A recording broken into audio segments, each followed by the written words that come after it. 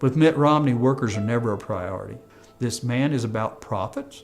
It's not about people. It's not about jobs. My name's Randy Johnson, and I used to work for AMPAD in Marion, Indiana. On July 5th, there was a notice put on the bulletin board that tells us that our employment with SCM would be terminated and that we would have a meeting with the new owners of AMPAD. And you will be given applications, and we will let you know if we decide to hire you. Now you're to leave the premises immediately. And they brought in their security guards in full uniform and walked us out. It was a lot of shock. We no longer had a pension plan. We were trying to figure out how we're going to pay that insurance. Where am I going to get the money? I had to drive home. I live 28 miles from the plant. You have to go home and tell your spouse. That's one of the longest drives anybody wants to make. To see the kids' faces, that gets you. To see the spouses, they're there beside you. You cannot go through that and not see it.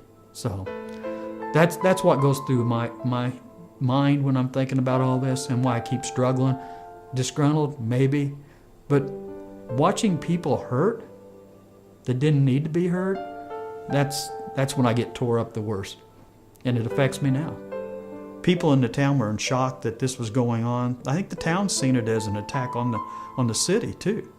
Bain Capital seen the opportunity to purchase AMPAD. They took $5 million out of their own pocket and borrowed $35 million. So that was their investment as a whole, $5 million. The very first year, Bain Capital charged a fee of AMPAD of $2 million. And they did it again the second year, recouping their $5 million pretty quickly doing this. They charged a fee to administrate the purchase of my plant. They charged a fee when they closed my plant then in '95. By the year 2000, it was $400 million in debt. AMPAD couldn't even pay the interest on that loan. Bain Capital had taken $100 million from AMPAD, and because it was a separate entity, let it go bankrupt, and they walk away scot-free. And that $100 million, they use it to invest in other companies or do something with, or put it in bank accounts, whatever they want to do. We don't know, because it's a private company. It's driving up debt.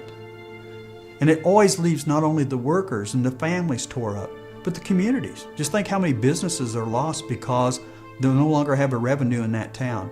You're driving up the debt on the whole country because now we're putting people over on welfare and unemployment. It's backwards.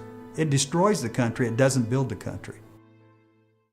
We're talking now about two different visions in this election. We've got to bring down the debt. How do we get there? You cut, slash, and burn and put people out on the street, off the unemployment, off of welfare. That's not going to fix this country.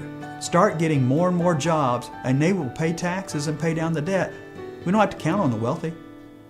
Jobs pay it down. To me, that will change all this, and I think the president gets that. There's no doubt.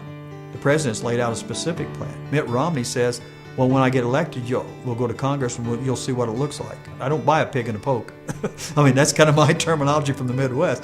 A lot of times we just don't do that way. Yeah, tell me what you're going to do, what you're trying to accomplish.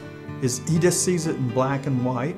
He doesn't see it as, okay, I'm going to try and grow a company and do something good. I don't see the workers as an asset. I don't see management as an asset. I don't see any of that. That's what this fight was about.